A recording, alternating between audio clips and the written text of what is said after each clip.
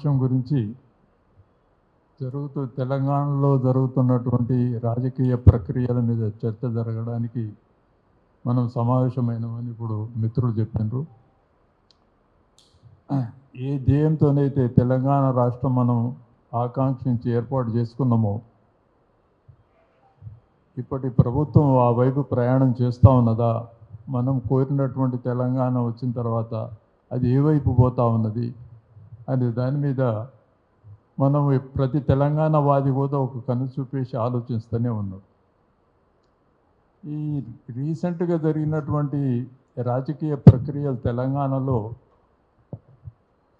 చూస్తూ ఉంటుంటే మనం ఆకాంక్షించినటువంటి మార్గానికి భిన్నమైనటువంటి ఏర్పడ్డది.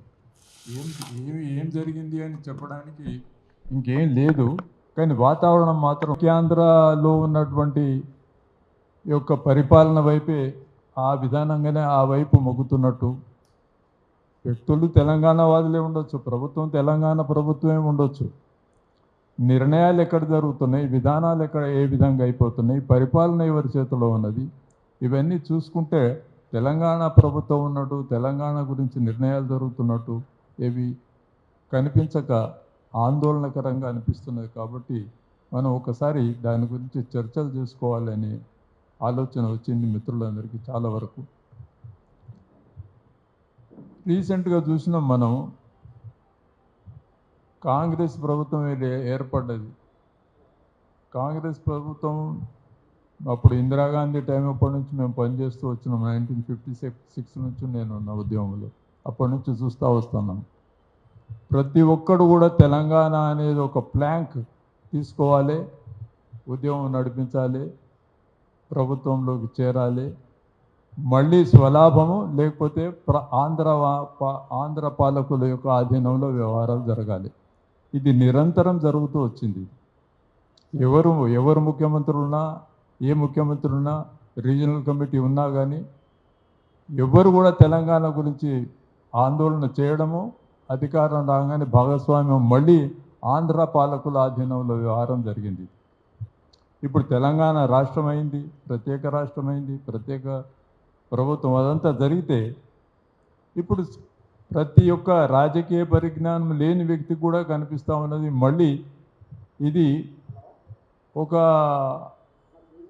ఆంధ్ర పాలకుల స్వాధీనంలో నడుస్తున్నటువంటి ప్రభుత్వం లేక కనిపిస్తూ ఉన్నది.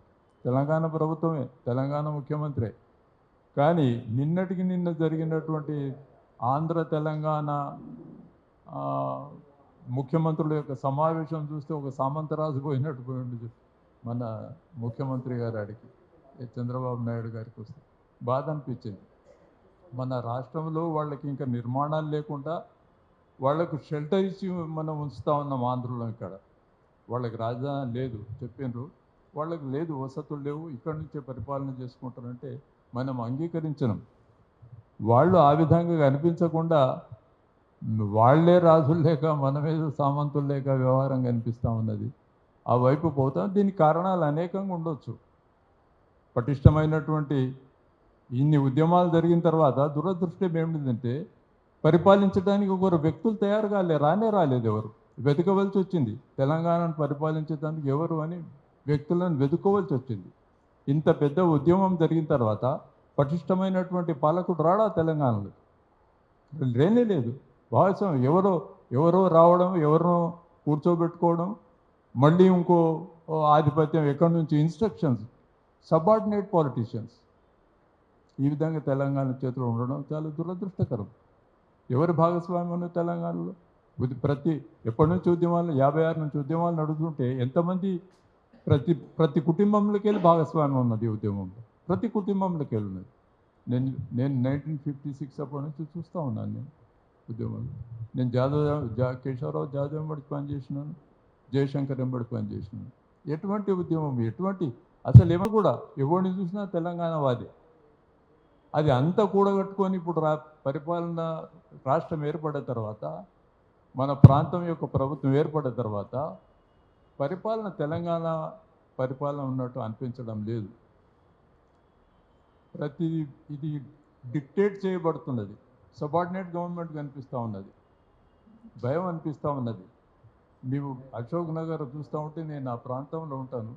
అది నిరుద్యోగుల సమస్య ఇన్ని ఏండ్లలో ఎన్ని కాలాలు ముదిరిపోతూ ఉంటే పిల్లలు ఆ కుటుంబాలు ఏమవుతాయి? ఎవడన్నా పట్టించుకోడా? కృషి చేసి ఉద్యమాలు నడిపి ఒక మంచి పటిష్టమైనటువంటి రాష్ట్రాన్ని ఏర్పాటు చేసుకునే ప్రయత్నం చేసినాం కానీ రాజకీయాల గురించి చేయలేదు. ఇది పదవుల గురించి చేయలే. ఈ జాదవ్ కానీ జయశంకర్ కానీ ఎన్నడూ పదవుల గురించి ఆలోచించిన సమస్యనే లేదు. ఆ ఆలోచనే లేదు. తెలంగాణ ఎట్లా కావాలి, ఏం కావాలి, ఎటువంటి నిర్మాణం కావాలి, దీని గురించి ఆలోచించారు. సో అది పోయి ఇప్పుడు ఉద్యమాలంతా చేసి ఎవరికి అప్పచెప్పేసేసి మనం కాళ్ళు చేతులు కడుక్కొని దులుపుకొని చప్పుడు చేసి కూర్చుంటే చూసుకుంటే ఎట్లా కూర్చోవాలి? సక్రమంగా నడుస్తుంటే అంతకంటే సంతోషం ఏం లేదు. మాకు భాగస్వామ్యం కావాలి, మాకు అధికారం కావాలి, మాకు ఆ దిశగా లేదు. ప్రభుత్వం బాగా నడవాలి. తెలంగాణ ఏ ఆశయాలు గురించి అయితే ఉద్యమాలు చేసి ఏర్పాటు చేసుకున్నామో ఆ స్వాతంత్రంతో వ్యవహారం ప్రాంతీయ ప్రభుత్వం ఏర్పడ్డ తర్వాత ఆ విధంగా నడవాలని కోరుకుంటాం తప్ప వేరే ఏం లేదు. ఇది